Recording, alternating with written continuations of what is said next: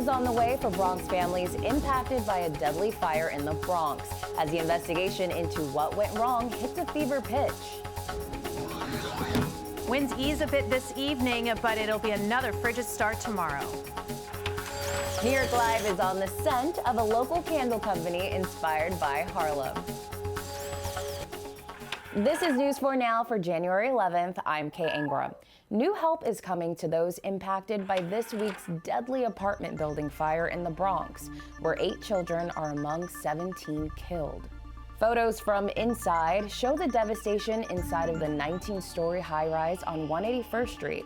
Fire officials say it was started by a malfunctioning space heater on the 3rd floor. Smoke ended up overcoming the whole building because investigators say the apartment door where the fire started was supposed to close on its own, keeping the fire contained.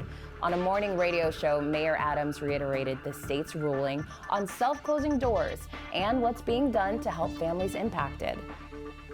New York Senator Chuck Schumer says he'll push a law that would allow 90 residents, now homeless from the fire, to live in any eligible building that accepts housing vouchers. Financial assistance is also on the way.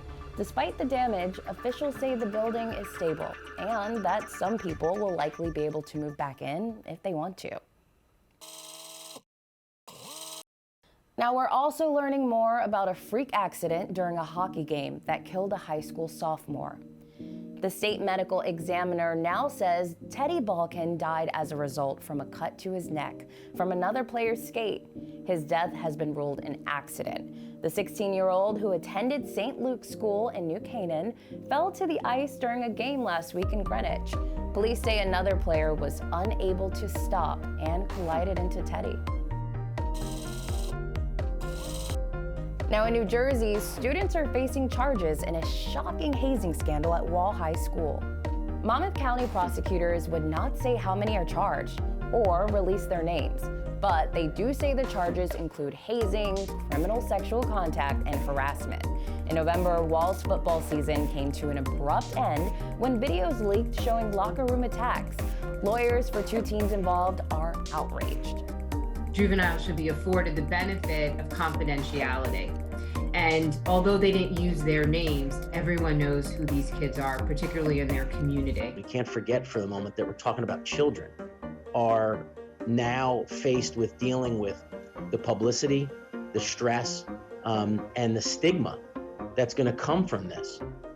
The head coach of the football team was relieved of his job. Other coaches and at least 4 students were suspended after the incident.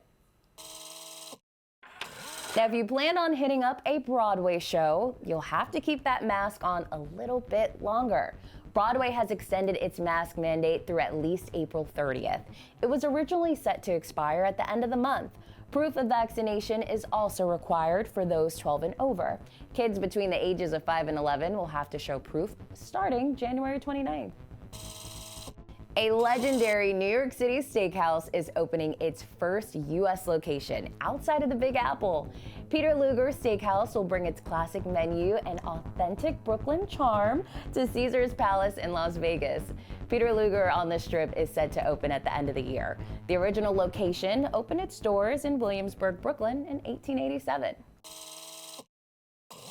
Hi there, I'm Storm Team 4 meteorologist Maria LaRosa. Brutal cold day today. Temperatures staying in the teens. A huge part of it, of course, the winds, which easing up a bit for the evening hours, but watch what happens as we get into tomorrow morning. They pick up again a bit, about 10 to 20 miles per hour. But look at the direction, not out of the northwest, out of the southwest. So yes, with temperatures starting off in the teens, there'll be a wind chill factor. It won't feel great, but that warming wind, relatively speaking, will bring back temperatures above freezing for most of us by midday. But definitely starting off chilly. We'll see those wind chills down in the single digits again, especially at times as we head into tomorrow morning before temperatures recover again back into the freezing range. Just 17 degrees though as we start our day tomorrow. Now, it's one of the most iconic and vibrant neighborhoods in all of New York. New York Live is here with one entrepreneur who has turned the richness of Harlem into a scented candle company unlike any other. Whether you're buying gifts or simply want to treat yourself, you don't want to miss this segment because we're chatting with the founder of a candle company about how her candles can light up your life. First of all, Terry, it smells incredible in here, which is not a surprise because as the founder of Harlem Candle Company, you are into scents and fragrances, right? I am. But beforehand, or in your previous life, let's say, you were a travel and lifestyle expert. How did that also inspire Harlem Candle Company? Well, just being exposed to so many different places and spices and scents and how strongly that is tied to memory, it's full circle. And coming home to Harlem after traveling to all these different places, I knew that I could take the essence and this passion and develop it into something that I think can inspire other people. And I decided to use the Harlem Renaissance as the inspiration for all of the fragrances. Well, I am a huge fan of your candles, but it turns out that you have a lot of celebrity fans as well. Can you share who? I do.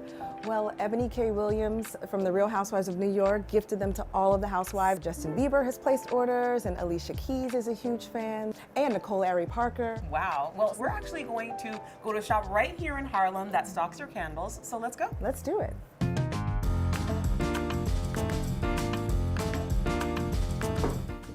Terry, this place is incredible. Where are we? We are in Nailu, Harlem's gift store. I wanted to bring you here to show you how beautiful and how well curated this place is. The founders, Mark and Katrina Paris, has done such an incredible job at really curating the gifts that are sold here. Things that are made by Black and brown creators that really do preserve the culture.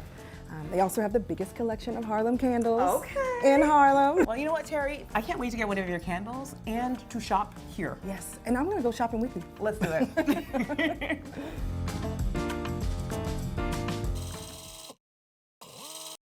Some small retailers are struggling this month.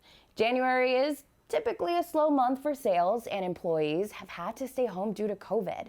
News 4's Jen Maxfield is here with one Montclair bakery that asked for help, and the community responded.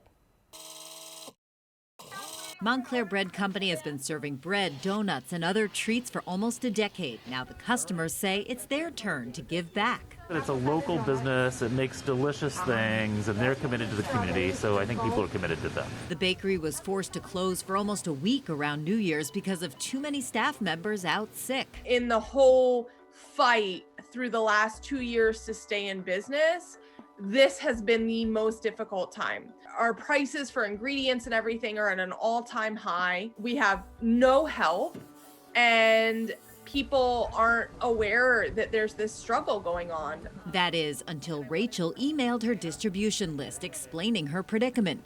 Dozens of customers responded, offering to volunteer to keep the bakery open. We got an outpouring of responses and positive responses where people wanted to help and support us in any way that they possibly could. People like Marissa, who donated her time to do anything from stocking shelves to washing dishes. Rachel's done so much for the community just over time, and I really want, when this pandemic is finally over, for there to be all the nice local stores that we come to know and love in this town. Wyman says she's humbled by the support and pledges to keep adjusting to stay in business to serve her loyal customers. So I always have plan B in the back of my head, but I think I'm on to like plan, HJK right now.